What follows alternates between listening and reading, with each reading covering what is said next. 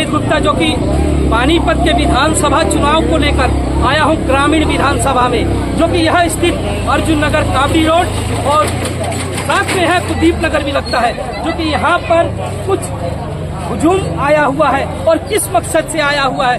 मैं कुछ व्यक्ति हैं उनसे बातें करवाना चाहता हूँ। सर नमस्कार, जनता की बात में आपका स्वागत सर। सर नमस्कार सर। सर अपना नाम बताइएगा। सर मेरा नाम राजेश नैन है सर। नैन साहब, जैसे कि यह हुजूम किस मकसद से आया हुआ है? ये देश के विकास के लिए आया हुआ है, महिपाल जी के लिए आया हुआ है।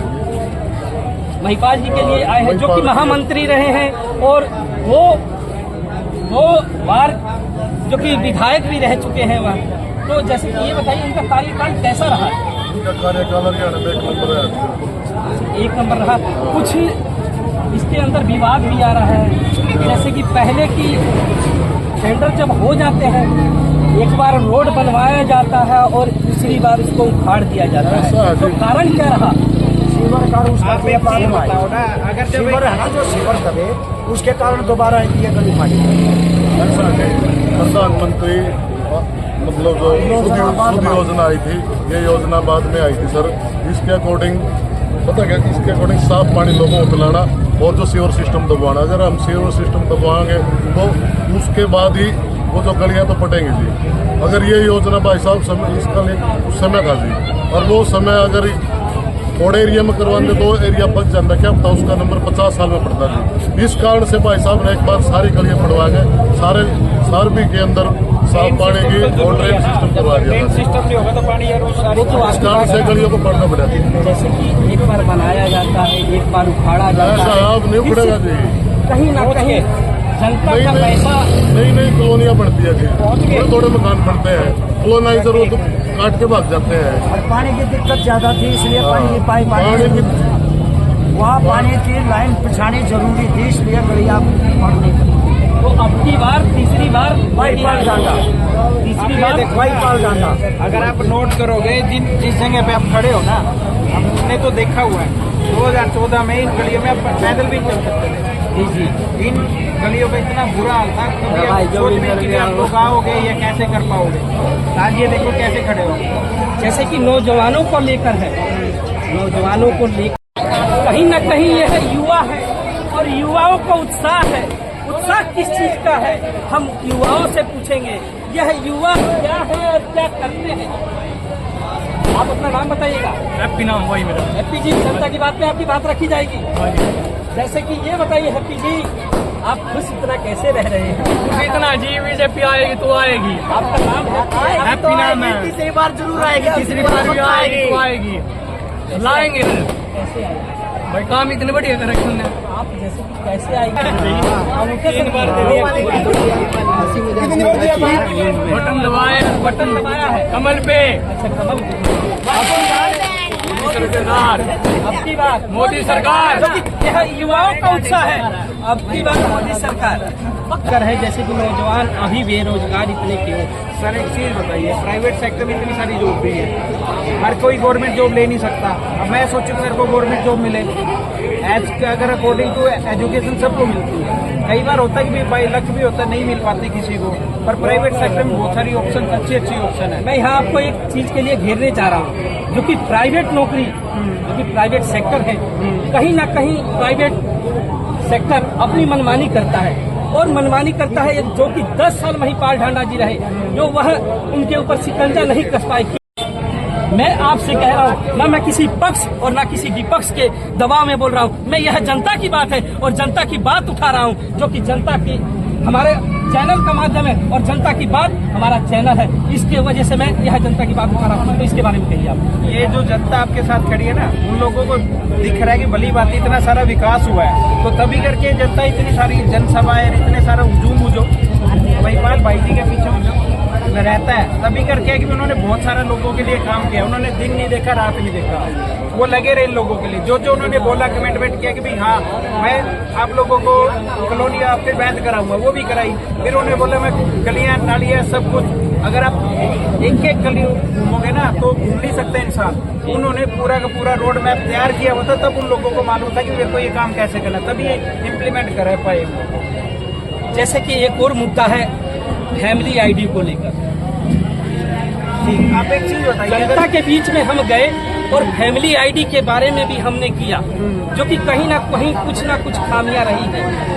कुछ खामियां जैसे कि कोई मजदूरी दिहाड़ी करने वाला व्यक्ति है, उसकी आय 6 लाख तक दिखाई दी जाती है। तो कारण कहाँ रहा? या सिस्टम का कारण रहा? सर एक चीज बताओ, जब एक चीज इम्प्लीमेंट होती है, सपोज कर आपने फैमिली आईडी का डिस्कस किया, जब एक सॉफ्टवेयर इम्प्लीमेंट करने के लिए टाइम लगता है, धीरे धीरे उसमें अपडेशन आता है कि भाई हमारी कहाँ पे कमियां रहेगी, कहाँ पे कई लोगों का सिस्टम को चलाने वाले तो इंसान ही है ना, कई बार हो जाता है गलती किसी से भी, उसको धीरे धीरे इतना इम्प्रूव करके तो धीरे धीरे वो लोग जिनका 6 लाख आप बता रहे हो, आज के टाइम में वो 1,80,000 ही आ गया। जी तो वो सारा कहीं ना कहीं वो चीजें इम्प्लीमेंट होगी, तभी तो 31 लाख लोग से ऊपर 1,80,000 भी उसमें आ गया ना, गरीबी की रेखा के नीचे डालो जाके।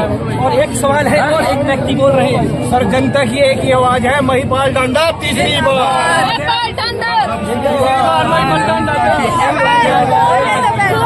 ठीक है सर नमस्कार, जनता की बात में आपका स्वागत है सर। आप अपना नाम बताइए। मेरा नाम जोगिंदर। जी जोगिंदर जी, जैसे कि क्या आप मैसेज देना चाहते हैं? मैसेज जनता की बात, चलो बैठो भाई। हम ये नहीं पता था हमारी गलियों में गड्ढे हैं कि हमारे घर गड्ढों में। आज जो काम है सब आप देख रहे हैं। और रही चीज जनता की बात, थोड़ी साइड हो, जनता आज भी अपना कार्य कर रही है और कल भी कर रही थी। और ये जो वोट देने वाला आपने मुद्दा उठाया था, ये इलेक्शन नहीं है, इस टाइम ये एक धर्म युद्ध है, ये महापर्व है, महापर्व और ये धर्म युद्ध है। देश आजाद हुआ, लोग तब भी कमा रहे थे, खा रहे थे, लड़ने वाले तब भी लड़ रहे थे। मैं आपको यहाँ रोकने जा रहा हूँ, एक सेकंड। ये कहीं ना कहीं यह रण की भूमि रही है पानीपत, क्योंकि ये इतिहास गवाह है, जो कि मैं इतिहास गवाह है, ये रण की भूमि रही है। हरियाणा भी रण का भूमि रहा, जो कि कुरुक्षेत्र से चलकर पानीपत में चौथी बार, जो कि यह तीसरी लड़ाई महिपाल ढांडा जी लड़ने जा रहे हैं। हम उसी रण क्षेत्र के रण योद्धा हैं।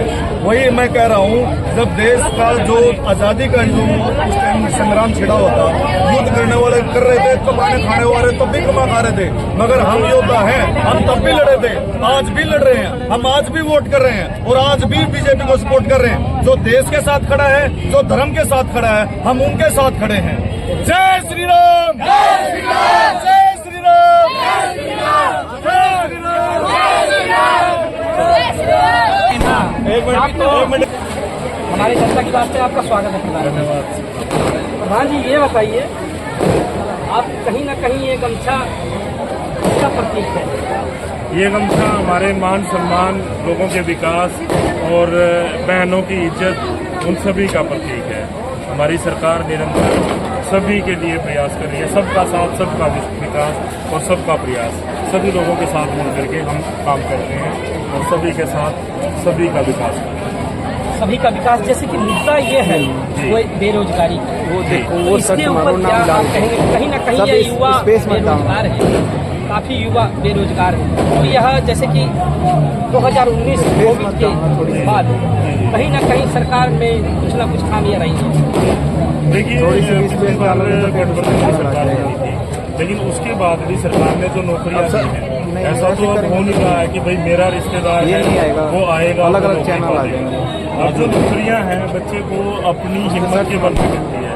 आपने देखा होगा पहले क्या होता था, लोग नेताओं के घरों पे हथेलियां लगाते थे, जाके उनके पैसे लड़ते थे कि मेरा बेटा है, नौकरी लायक हो गया है, इसको नौकरी लगवाना है। लेकिन अब क्या हो रहा है, अब आप जाके देखोगे बिशन स्वरूप कॉलोनी लाइब्रेरियों से भरी हुई है और वहाँ पे आपको बच्चे पढ़ते हुए नजर आएंगे। सरकार ने पढ़ाई के लिए व्यवस्था की है, भाई पढ़ाई आप अच्छे से करो, और अगर आप अच्छे से पढ़ाई करोगे, आप मार्क्स लेके आओगे, आप कंपटीशन फेस करोगे, तो उस कंपटीशन के माध्यम से आपको नौकरी मिलेगी, रिश्तेदारी के माध्यम से नौकरी नहीं मिलेगी। रिश्तेदारी खर्ची और पर्ची से नहीं मिलेगी? नहीं, खर्ची पर्ची का कोई मतलब नहीं। जैसे कि अब जहाँ भी आप जाओगे ना, किसी के पास भी कि मेरा बेटा है, ये मेरा उसका एडमिट कार्ड है, आप लेके जाओगे तो वो सामने वाला आपको ये कहेगा नहीं जी मैं इसमें कुछ नहीं कर सकता। और एक और बात जी, जैसे कि अनेक पार्टियां इस रण में उतरी हुई है, जो कि यह महापर्व है, इसमें इस रण के अंदर उतरी हुई है। ये जैसे कि वादे किए जा रहे हैं 2 लाख नौकरी, जो कि पूर्व मंत्री आपने वादे तो सुन लिए, मुख्यमंत्री देखिए आपने वादे तो सुन लिए, आपने उनके लोगों को ये कहते हुए नहीं सुना कि अगर हमारी सरकार आएगी तो सबसे पहले हम अपने रिश्तेदारों को नौकरी देंगे, हम अपनी मर्जी से नौकरी देंगे, ये पर्ची खर्ची का सिस्टम हम दोबारा से चालू कर देंगे। हम जो है कोई मतलब अगर पढ़ने वाला बच्चा है फिर से वो एक बार पिछड़ जाएगा और लोग पढ़ने की बजाय दोबारा से फिर उसी डरने में आ जाएंगे। सिर्फ आज का युवा जो है ना, अभी आप युवाओं की अगर स्टेटमेंट देखोगे हो जाता है कि भाई हम कंपटीशन में आए, कंपटीशन होगा और कंपटीशन के माध्यम से हम नौकरी पाएं, ना कि हम किसी के पैसा दबा के नौकरी पाएं। जैसे कि एक और चीज है जी अयोध्या में जी जो कि अब की बार प्रधानमंत्री जो कि विधानसभा का चुनाव था, अयोध्या में नहीं आने का कारण क्या रहा? देखिए कहीं ना कहीं कुछ लोग भ्रमित थे कि भाई आपने देखा होगा जब इलेक्शन हुआ और इलेक्शन के बाद लोगों के जो है आज से पहले दी है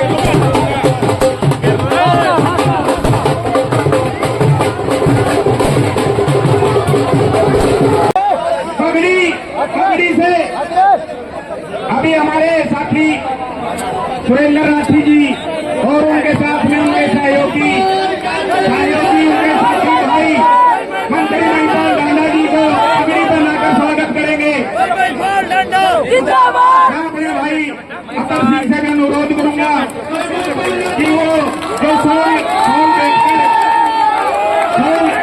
अतर सिंह और हमारे पार्षद से भी अनुरोध करूंगा कि वो भी सोल बैठ करके मंत्री जी का स्वागत करे। हमारे सोनू सरपंच रोहतास चौकी सतीश यादव और हमारे मंडल अध्यक्ष अर्जुन शर्मा जी से भी अनुरोध करूंगा कि वो भी मंत्री जी को सोल बैठ करके उनका स्वागत करेंगे। भाई हमारे जितने साथी मंच पर मान से अनुरोध करूंगा कि भाई मान के अनुरोध करूंगा आ जाओ। जिन साथियों ने नाम लिया सिर्फ वो मंच पर रहे, बाकी साथी हमारे नीचे व्यवस्था बनाने का काम करे।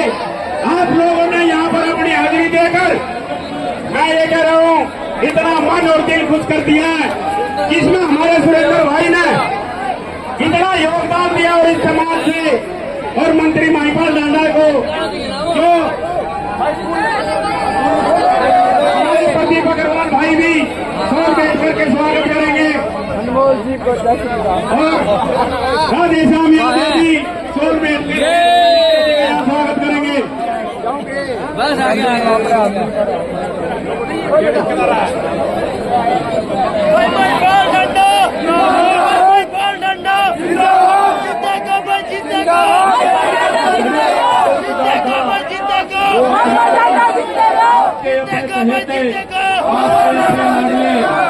भारतीय जनता पार्टी के प्रत्याशी हरियाणा सरकार के मंत्री आदरणीय श्री महिपाल डांडा जी का हमारे समस्त वार्डवासियों की तरफ से यहाँ पहुँचने पर बहुत बहुत अभिनंदन। बहुत ही करता हूँ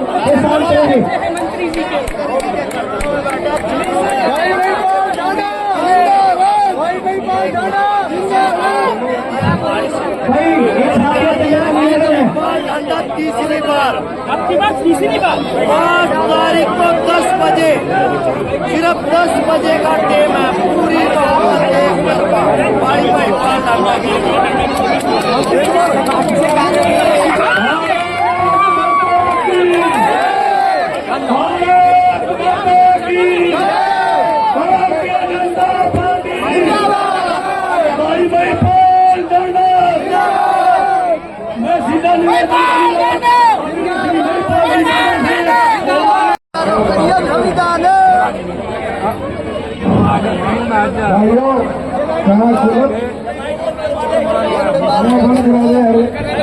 ऐसा कम नहीं होता। 35 साल इन लोगों ने पता क्या किया, आपका वोट लिया, वोट लेकर आपका वोट बेच दिया। यहाँ 2, 4, 5 करोड़ रुपए लगाए, वहाँ 50 करोड़ में बिक गए। कितना सस्ता काम है।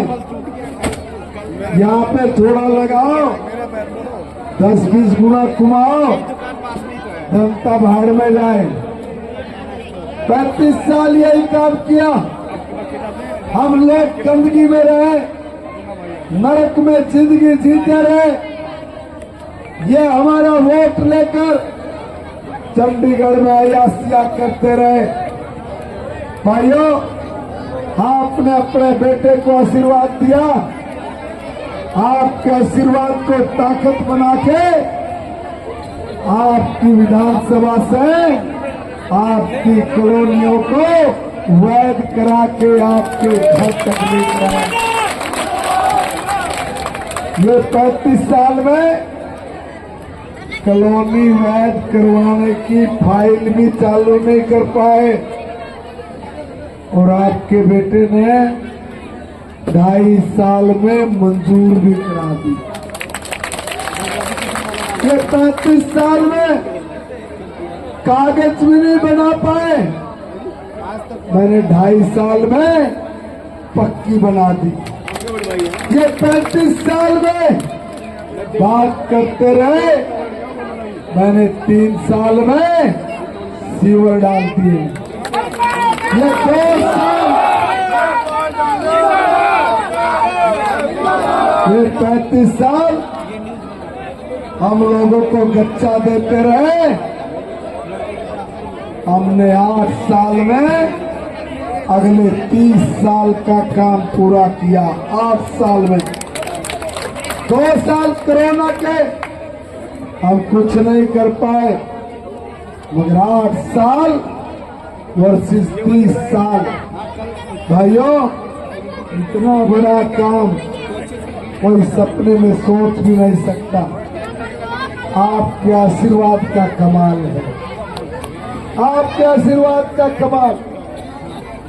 ये लोग अभी आएंगे आपके बीच में खरीदने के लिए। पता क्या कहते हैं कि कॉलोनी में जाएंगे, वोट खरीद लेंगे। हम सब्जी मंडी की भिंडी तोड़ी है क्या मैं खरीदोगे?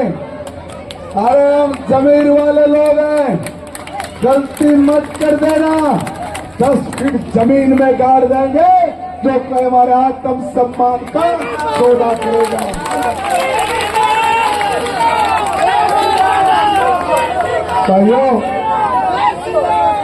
भाइयों, एक बात देखो, 60 साल ये कांग्रेस रही ना, अगर हमारा गरीब आदमी बीमार हो जाए और उसको इलाज कराना, तो या तो घर गिरवी रखता था या फिर कहीं अंगूठा लगाता था, तब इलाज कराता था। मोदी जी आए, गरीब माँ का बेटा गरीबी में जिया, गरीबी में पड़ा बड़ा हुआ, आते ही एक काम किया, इंतजार कर रहा था ना कि कब प्रधानमंत्री बनो, बन गया। बनते ही सबकी जेब में 5 लाख रुपए का आयुष्मान भारत का कार्ड डाल। भाइयों, अब वो 5 लाख का नहीं रहा, अब मोदी जी ने आयुष्मान भारत का कार्ड 10 लाख रुपए का कर दिया। हमारे घर का बुजुर्ग है ना, बुजुर्ग, अरे जाना खोले,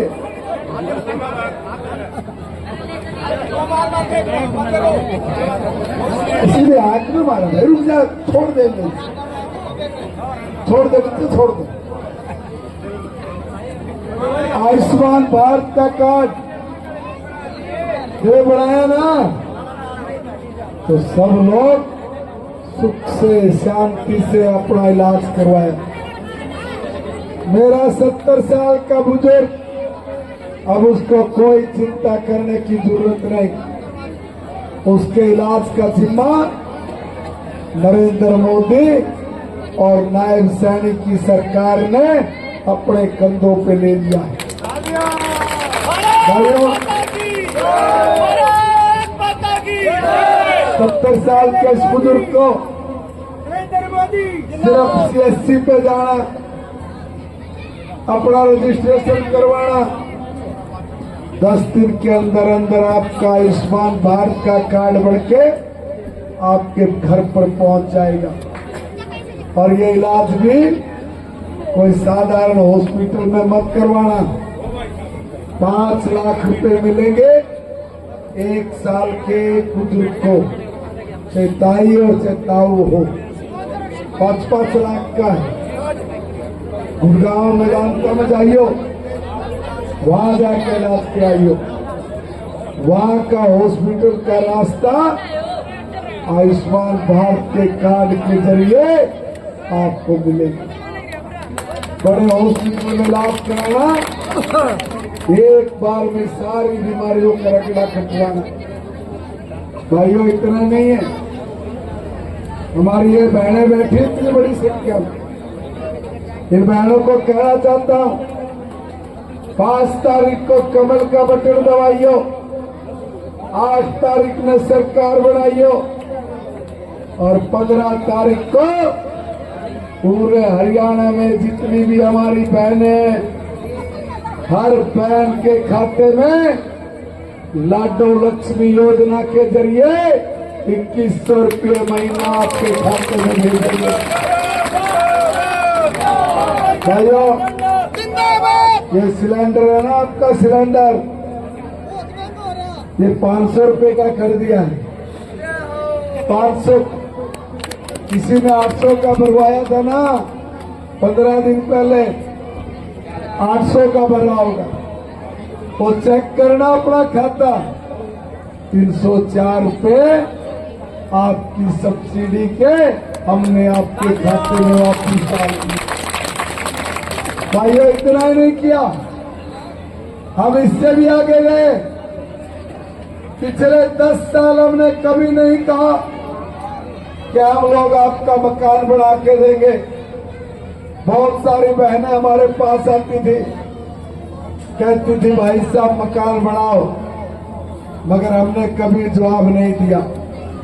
इसलिए नहीं दिया कि तब तक मैं सिर्फ आपकी गली नली, बिजली, पानी, पोल, सीवर, इन पे अपना दिमाग लगा रहा था।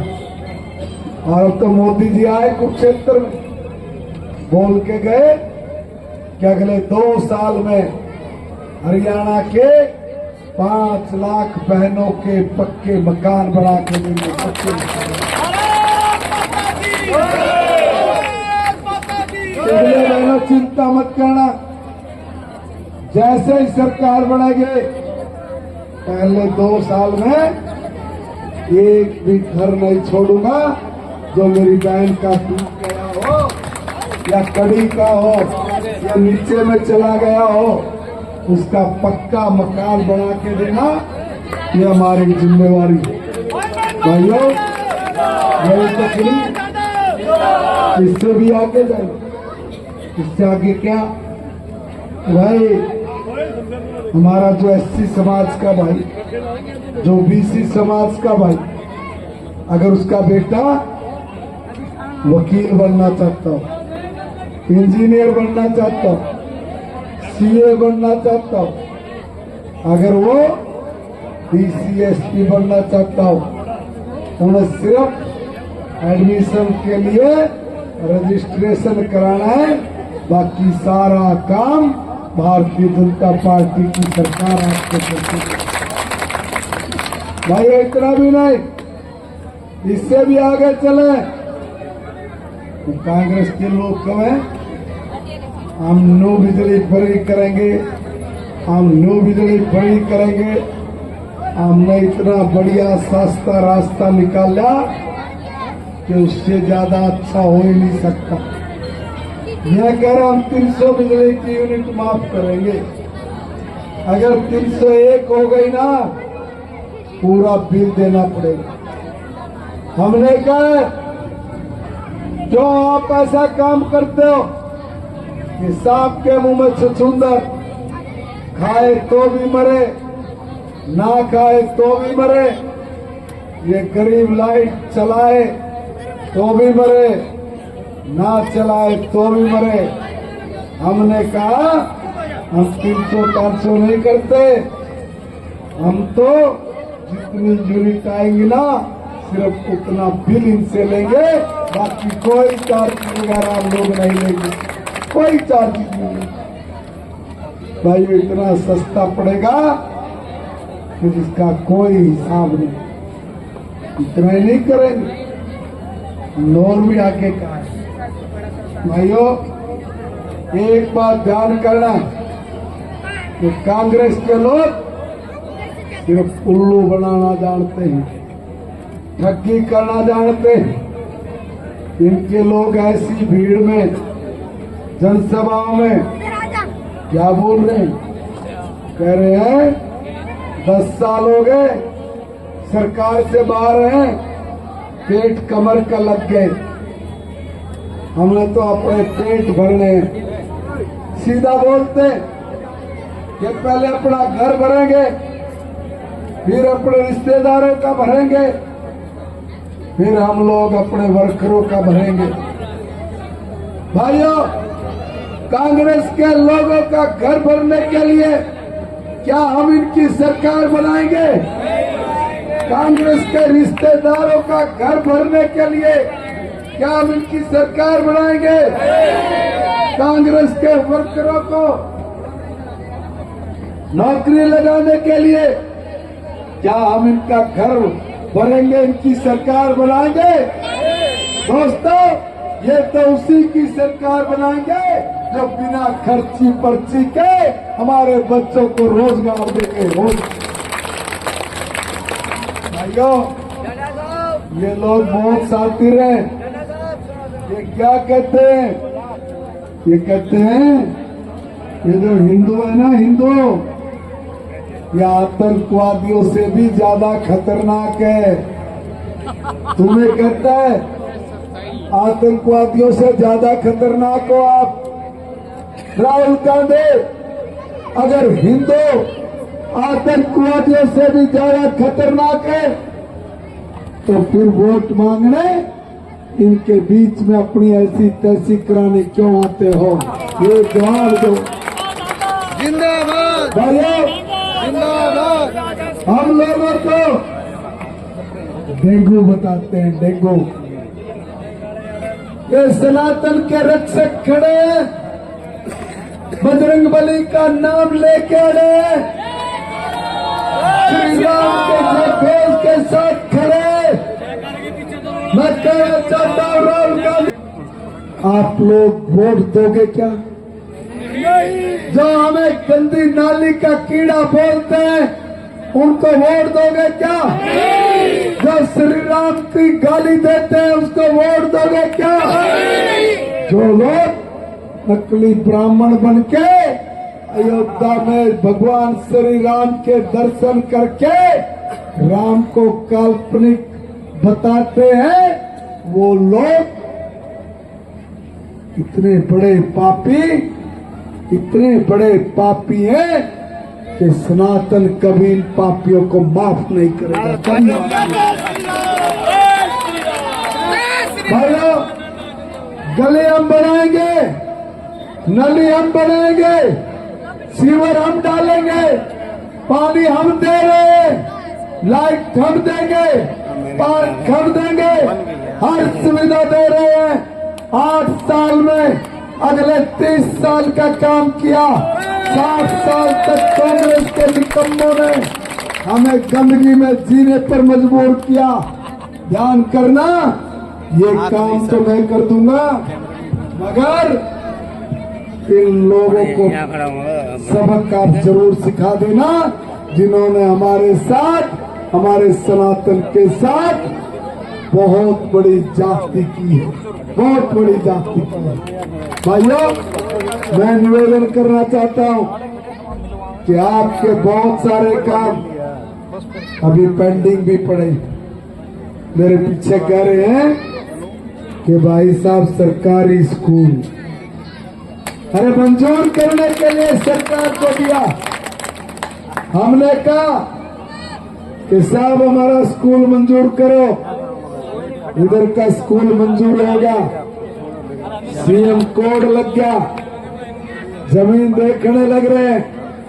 परमात्मा ने सुख चाहा, बहुत जल्दी आपकी जमीन नगर निगम खरीद के दीवानी बोर्ड को देके ऐसा भव्य स्कूल बनाएंगे कि हमारे बच्चों को कहीं दूर पढ़ने के लिए नहीं जाना पड़ेगा, कहीं दूर पढ़ने के लिए जाना पड़ेगा।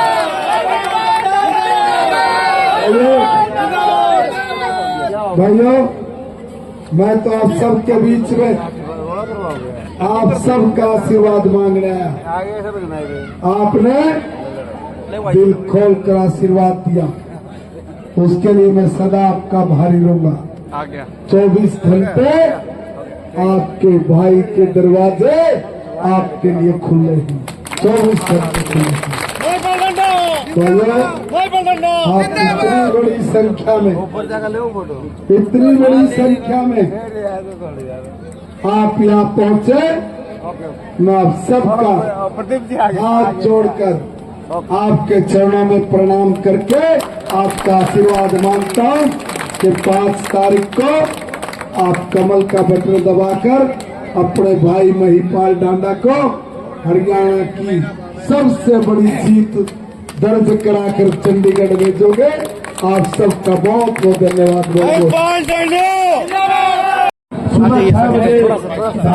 थोड़ा आप लोग पहुंचे अपने साथी मित्रों के साथ। बोलिए भारतीय जनता पार्टी, भाई महिपाल डांडा, भाई महिपाल कहीं न कहीं पूर्वांचलों को लुभाने के लिए आपने कहा था या अपने समर्थन प्यार में बुलाया था। भारत माता की, भारत माता की, भाई महिपाल डांडा। जय जय श्री राम। जैसे कि आप सभी भाई माता सबको पता है, आने वाले 5 तारीख को, आने वाली जमानत जो कि एक दशक से कांग्रेस पार्टी की जमानत तक जब्त हो गई ग्रामीण विधानसभा से, तो इसके बारे में आप क्या कहेंगे? बहुमत से 10 बजे तक, अच्छा जमानत 10 बजे तक आपकी बात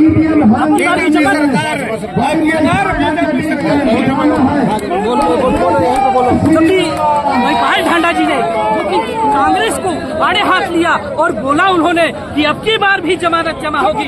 कैसे जमानत अब की बार भी जमा होगी? जमानत भाई सामने है ना, सभी के लिए छोड़ भाई यहाँ से ऐसे खाली पेट बचाए। और सभी के लिए लंगर व्यवस्था की व्यवस्था की गई है, सभी खाना खा करके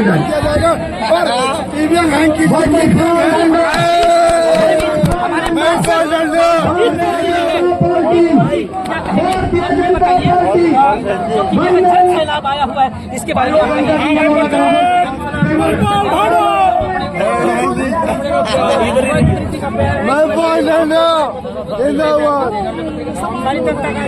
तीसरी बार भी सर पे ताज चढ़ाएंगे आप पूरे बहुमत से। Bharatiya Janata party, Bharatiya Janata party, Bharatiya Janata party, भाई महिपाल डांडा, भाई महिपाल डांडा, भाई महिपाल डांडा।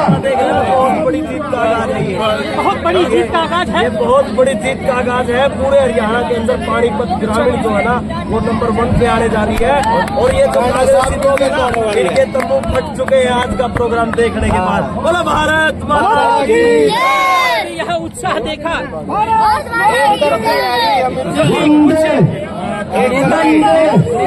वंदे प्रधान जी राम राम। जो कि यह हरियाणा का सबसे प्रचलन चलता है, बूढ़े और बच्चे भी राम राम कहते हैं, जो कि हरियाणा की बोली होती है राम राम। कहीं ना कहीं एक कहावत आपने सुनी होगी, दूध दही का खाना, और यह है देश हरियाणा, जो कि यह इस देश से, यह प्रदेश से आते हैं। जो कि प्रधान जी ये बताइए, आपने ये इस हुजूम को क्या मैसेज दिया और क्या देखा आपने इस हुजूम में? हरियाणा के बारे में बताता हूँ। ये दूध दही का खाना, ये सब मेरा हरियाणा, और अब की बार हमने कमल का फूल खिलाना। ये देखो, जो कि यह कार्यकर्ताओं का उत्साह है, यह कार्यकर्ताओं का उत्साह है। हम 1000 रुपए का सिलेंडर खरीदने के लिए तैयार है, लेकिन वोट अब की बार बीजेपी सरकार है भाई, अब की बार बीजेपी सरकार है। इसके राज में पूरा दिन दाढ़ी छोड़ के सिलेंडर लेना पड़ता। नमस्कार, जनता की बात में आपका स्वागत है। धन्यवाद बहुत बहुत आपका। सर, एक बार अपना परिचय दीजिएगा। मैं राजभवन जैसे कि आपने यहाँ हुजूम जो है किस मकसद से आया? मैं अपने नेता महिपाल डांडा जी को अपना आशीर्वाद और समर्थन देने के लिए आए थे। जैसे कि ये बताइए, 10 साल का कार्यकाल रहा महिपाल डांडा जी का, जो कि कहीं क्या कोई खामियां रही, या कहीं ना कहीं कोई चूक रही, या जनता का हुजूम यह देख के मुझे तो नजर आता है कि यह जनता का हुजूम कहीं ना कहीं कोई खामियां नहीं रही, इसके वजह से था? क्या ऐसा था? बिल्कुल, सारे के सारे अपने नेताजी को अपना भरपूर आशीर्वाद देने के लिए, जैसे 2014 में दिया, 2022 लिया, उससे भी ज्यादा आशीर्वाद देने के लिए यहाँ आए थे। क्योंकि यह पानीपत का ऐतिहासिक जगह है, जो कि यहाँ पर 3 लड़ाइयाँ लड़ चुकी है। यह पानीपत ऐतिहासिक जगह है। ये कौन सी लड़ाई है आपकी बात? लड़ाई है अच्छाई और बुराई की। कांग्रेस ने पिछले वर्षों तक इस प्रदेश के ऊपर राज किया, सिवाय अपने और अपने घरों के लिए अब यही क्या है।